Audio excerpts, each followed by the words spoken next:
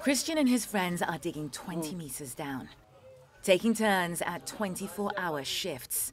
There's no light and little oxygen, but what they bring up is precious. This is the start of a supply chain leading all the way from this makeshift mine to your luxury battery-powered car. The sacks are full of cobalt ore, a crucial component in lithium-ion batteries, set to power the coming green energy revolution. But at what cost? There is growing evidence that the cobalt supply chain uses child labor. Companies say they're working hard to verify the source of all their hand-mined, artisanal cobalt, but that it's a difficult task. We're here to follow the supply chain and see if we can do it for them. Before we set out, even the local governor warns us to expect to see children at work. We arrive at the Musunoi River mine, where the cobalt ore is washed to grind it down.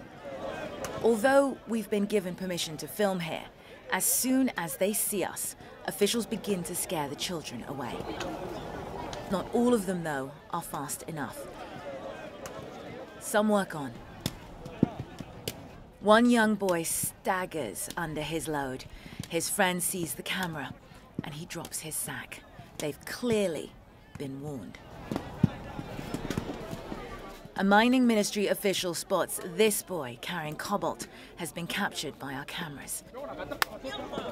His response is brutal. Later, we ask him why he struck the child. He refused to answer. We've now witnessed for ourselves that children are working here, that they are involved with the production of cobalt, and we've seen the product of that child labor loaded onto a variety of different vehicles. I'm going to jump into this car that's headed to one of the main public selling cobalt depots. I'm told we're going to Kabasa Market. This is where the cobalt is bought by brokers. It's where it first enters the supply chain. The car company Tesla, for one, says its cobalt sources are audited and issued with certificates of origin. They wouldn't say from where or how, but there is no sign of certification here. We watch the brokers set the price, and none of them ask where the cobalt is from or how it was mined. Artisanal mining output tripled, and the fear is even more children are being pressed into labor. Why? Because cobalt is skyrocketing in price. Supplying your green electric car comes at a cost. We have permission to film here, but local mining officials once more try to stop us. Our producer captures the scene on a hidden camera. The government says it's working to combat child labor, but the same mining ministry officials tasked with enforcing an ethical supply chain have been the ones attempting to block our investigations. A police officer arrives and we're told we need to leave for our own safety. We do. But not before we spot a red truck loaded up and leaving the very same market. It matches the distinctive red of the trucks used by one of the main international cobalt supply firms, China's Congo Dongfang Mining, CDM. We decide to follow it. We can't afford to lose him because where he delivers that cobalt load, that is the link between the children that you saw down there on the riverfront and the global markets. As the truck pulls into its final destination, guards rush out to block our cameras. Stop. Let's go. We later receive a warning phone call. This facility is under the protection of the Presidential Guard. We're told to stay away. What's going on? That appeared to be a CDM truck, but this isn't a CDM facility. Tax records show it was declared non-operational 3 years ago. Rising smoke and export records show cobalt is still produced here. CDM's parent company, Huayu, tells CNN they did have a relationship with the facility, which ended only last year. They're disturbed enough to launch an investigation into our findings, although they state other companies also use red trucks. CNN visited 3 sites to show how widespread the use of child labor is. At this mine, in spite of our permissions, we eventually had to resort to filming undercover to capture the children. 9 years. We couldn't prove where exactly the dirty cobalt enters the international supply chain, but we witnessed that it does.